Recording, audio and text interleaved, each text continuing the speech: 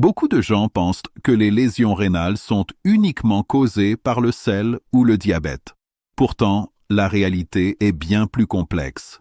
Chaque jour, vos reins peuvent être attaqués silencieusement par des aliments et des habitudes alimentaires auxquelles vous ne pensez même pas. Ces substances peuvent obstruer, enflammer et altérer chimiquement vos reins de l'intérieur, et les dégâts s'accumulent lentement, souvent sans provoquer de douleur, jusqu'à ce qu'il soit trop tard. Bonjour à tous et bienvenue sur Bien Vieillir TV. Aujourd'hui, nous allons explorer les 10 aliments les plus nocifs pour vos reins afin de vous aider à comprendre comment protéger ces organes essentiels et fragiles. Nous allons commencer par le numéro 10. 10. Les aliments riches en sodium. Les aliments transformés et emballés, comme les soupes en conserve, les plats préparés, les surgelés et la restauration rapide, sont souvent très riches en sodium. Mais attention, le problème n'est pas le sel en lui-même. Le sel est un électrolyte vital pour notre organisme. Le véritable problème apparaît lorsque le sodium est consommé sans un apport suffisant en potassium, présent dans les légumes, les fruits et certains oléagineux. Lorsque le sodium est en excès et déséquilibré par rapport au potassium, les reins doivent travailler plus intensément pour l'éliminer.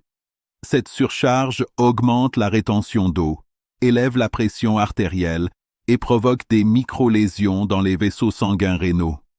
Ces microlésions peuvent, sur le long terme, diminuer la fonction rénale. L'important est donc de consommer du sel avec une alimentation riche en potassium, ou via un électrolyte équilibré naturel. 9.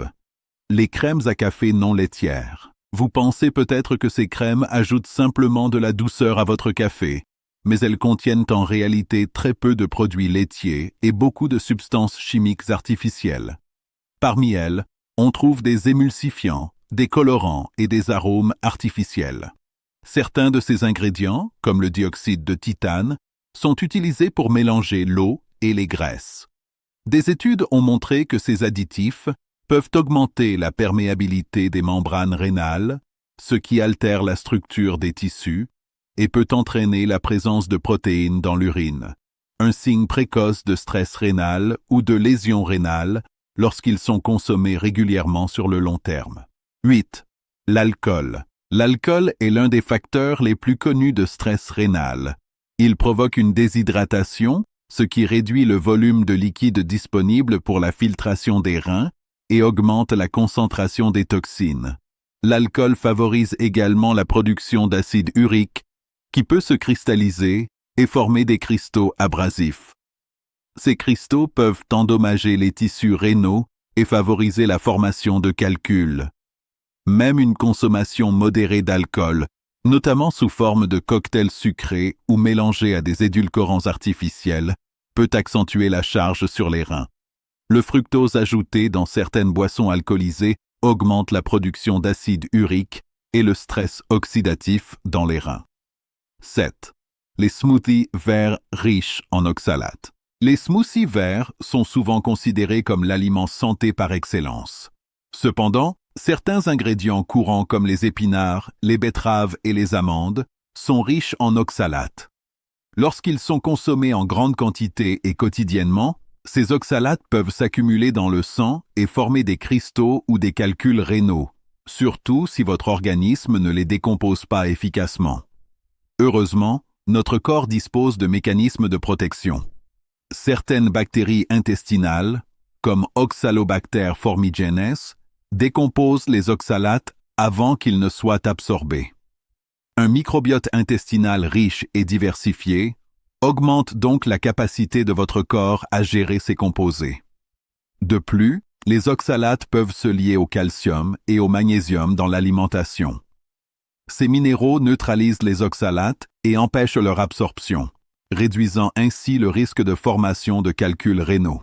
L'essentiel est donc de consommer ces smoothies de façon équilibrée et de veiller à diversifier votre alimentation pour protéger vos reins tout en bénéficiant des nutriments des légumes verts. Le métabolisme des oxalates dans l'organisme est un sujet complexe et souvent méconnu, mais il est essentiel pour la santé rénale et globale. Les oxalates sont présents dans de nombreux aliments, notamment les épinards, la rhubarbe ou certaines noix. Lorsqu'ils sont absorbés, ils peuvent se lier au calcium. Cette liaison peut être bénéfique. Si elle se produit dans l'intestin, le calcium capture les oxalates et permet leur élimination par les selles, réduisant ainsi le risque de formation de cristaux dans l'organisme. Mais le problème survient lorsque les oxalates passent dans le sang. Là, ils peuvent se combiner avec le calcium pour former des cristaux qui à long terme peuvent évoluer en calculs rénaux, responsables de douleurs intenses et de complications rénales. Le citrate, issu de l'acide citrique que l'on trouve dans les agrumes et certains légumes, joue ici un rôle protecteur. Il agit comme un leurre, se liant aux oxalates avant qu'ils ne puissent se fixer au calcium dans le sang, réduisant ainsi la formation de cristaux et contribuant à la prévention des calculs. Il existe donc 3 grandes stratégies pour gérer les oxalates dans l'organisme.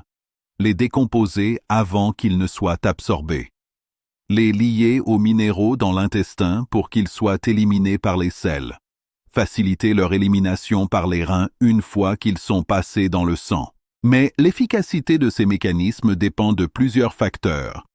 Une acidité gastrique trop faible, appelée hypochloridrie, réduit l'absorption du calcium et du magnésium, minéraux essentiels pour neutraliser les oxalates. De même, une carence générale en minéraux limite la capacité de votre organisme à former ces complexes protecteurs. Le microbiote intestinal joue également un rôle crucial. Certaines bactéries, comme Oxalobacter formigenes, sont capables de dégrader les oxalates. Une diversité bactérienne réduite ou un déséquilibre du microbiote peut donc augmenter la quantité d'oxalates absorbés. D'autres conditions, comme une hyperperméabilité intestinale, permettent à une plus grande quantité d'oxalates de passer dans le sang, même lorsqu'ils ont été partiellement neutralisés par des minéraux. La déshydratation favorise également la formation de calculs, car elle concentre les oxalates dans l'urine, surchargeant les reins et augmentant le risque de cristallisation. Enfin, la constipation prolonge le temps de transit intestinal, augmentant l'absorption des oxalates et leur accumulation dans l'organisme. Un autre facteur important concerne certains édulcorants artificiels, souvent présents dans une multitude d'aliments transformés. L'aspartame, le sucralose et l'acésulfame K sont particulièrement problématiques pour les reins. L'aspartame, par exemple, se décompose en méthanol, puis en formaldéhyde et en acide formique, substances potentiellement toxiques pour les tissus. Le sucralose altère le fonctionnement des tubules rénaux, perturbant la filtration et la réabsorption, tandis que l'acésulfame K peut s'accumuler dans le tissu rénal, provoquant stress oxydatif et lésions mitochondriales.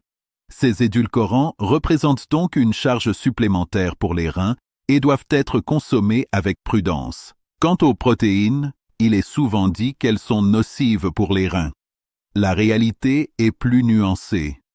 Les protéines génèrent des déchets azotés qui doivent être filtrés par les reins. Cependant, chez une personne en bonne santé, ce mécanisme ne pose pas de problème. Les risques apparaissent seulement en cas de consommation excessive ou dans un contexte de maladie rénale préexistante, déshydratation ou déséquilibre métabolique. Les protéines sont en réalité essentielles à la régénération des tissus rénaux et à de nombreuses fonctions vitales. En revanche, les viandes transformées représentent un danger réel. Elles contiennent des conservateurs à base de phosphate, des nitrates, des nitrites et des produits de glycation avancés, qui sont très agressifs pour les reins. Ces substances augmentent la charge acide de l'organisme, favorisent la calcification des tissus et contribuent aux lésions rénales. Le phosphate, lorsqu'il est présent naturellement dans les aliments, n'est pas problématique. Mais les phosphates inorganiques ajoutés aux produits transformés, comme les fromages fondus ou les plats préparés, sont absorbés à plus de 90%, contre 30 à 40% pour les phosphates naturels, créant un déséquilibre minéral et un stress supplémentaire pour les reins. En résumé, la santé rénale et la gestion des oxalates dépendent de plusieurs facteurs interdépendants. L'alimentation, l'hydratation, le microbiote intestinal, l'équilibre minéral et l'exposition aux substances artificielles. Comprendre ces mécanismes permet de faire des choix éclairés pour protéger ses reins et prévenir la formation de calculs. Le docteur Narcisse insiste sur le fait que ce n'est pas un seul aliment ou un seul facteur qui détermine la santé rénale, mais la combinaison de l'ensemble de ces éléments. Une approche globale, alliant alimentation équilibrée, hydratation adéquate et limitation des produits transformés, est la meilleure stratégie pour préserver le fonctionnement optimal de vos reins tout au long de votre vie. Notre organisme a évolué au fil des millénaires pour atteindre un équilibre fin avec la nature et notre environnement. Par exemple, notre capacité à absorber les phosphates, ces minéraux essentiels pour la santé osseuse et cellulaire, est limitée. Nous ne pouvons absorber qu'une fraction de ce que nous consommons, et cela correspond à ce que notre corps sait gérer de manière optimale. Mais lorsque l'alimentation moderne introduit des composés artificiels ou des phosphates transformés, ce mécanisme naturel est perturbé. Nous ne les absorbons qu'à 30 ou 40%, et le reste peut s'accumuler dans des tissus qui ne sont pas conçus pour les stocker, comme les reins, les artères ou certaines parties des os. Dans les os, un certain équilibre entre calcium et phosphate est nécessaire. Mais lorsque le phosphate s'accumule en excès, il perturbe ce ratio et peut contribuer à la fragilisation osseuse. Dans les tissus mous, comme les reins ou les artères, ces dépôts deviennent problématiques. Un excès de phosphate peut entraîner une affection appelée ostéodystrophie rénale. Littéralement, cela signifie anomalie de la croissance osseuse liée aux reins. Les reins commencent alors à se calcifier et à durcir, ce qui compromet leur capacité à filtrer le sang efficacement et peut provoquer des complications à long terme. Un autre facteur majeur à considérer concerne les INS, les anti-inflammatoires non stéroïdiens, très utilisés comme analgésiques. Des médicaments comme l'ibuprofène ou le naproxène bloquent l'action de substances chimiques appelées prostaglandines. Ces prostaglandines jouent un rôle clé dans la régulation du flux sanguin vers les reins. Or, les reins sont des organes très vascularisés. Ils ne représentent qu'environ 1% du poids corporel, mais reçoivent jusqu'à 20% du débit cardiaque, c'est-à-dire une grande partie du sang pompé par le cœur à chaque battement. Si le flux sanguin diminue à cause des INS, les reins doivent continuer à filtrer les toxines avec moins d'oxygène, ce qui provoque un stress cellulaire intense. À long terme, cette situation peut entraîner la mort des cellules rénales, des cicatrices et une perte permanente de la fonction rénale. Les huiles de graines industrielles représentent un autre danger souvent méconnu. On parle ici des huiles extraites du maïs, du soja, du colza ou d'autres graines, qui subissent des procédés industriels très agressifs. Pour extraire l'huile, les fabricants utilisent chaleur intense, pression et solvants comme l'acétone. Ce processus oxyde les lipides et produit des aldéhydes, des composés toxiques pour les cellules rénales. Ces substances peuvent endommager les glomérules, qui sont les unités fonctionnelles des reins, provoquer des cicatrices au niveau des tubules et altérer la membrane de filtration. Une consommation excessive de ces huiles transforme donc ces produits apparemment inoffensifs en véritables agressions pour les reins. Mais le pire ennemi des reins reste le sucre sous toutes ses formes. Cela inclut le sucre blanc, le saccharose, le sirop de maïs à haute teneur en fructose, le sirop d'agave et même le miel. Tous ces produits contiennent du fructose qui, contrairement au glucose, ne peut être métabolisé que par le foie. Lorsqu'il est transformé, le fructose consomme beaucoup d'ATP, notre principale source d'énergie cellulaire. Cette dégradation produit de l'adénosine et de l'azote qui se transforment en acide urique, un cristal très irritant et abrasif pour les reins. L'accumulation d'acide urique peut provoquer des calculs rénaux, endommager les glomérules et les tubules, et conduire à des cicatrices permanentes, compromettant la capacité du rein à filtrer le sang. Il est important de noter que la toxicité du sucre n'est pas seulement liée à la glycémie ou à la résistance à l'insuline. Le fructose a un effet direct sur la formation d'acide urique et donc sur la santé rénale et vasculaire.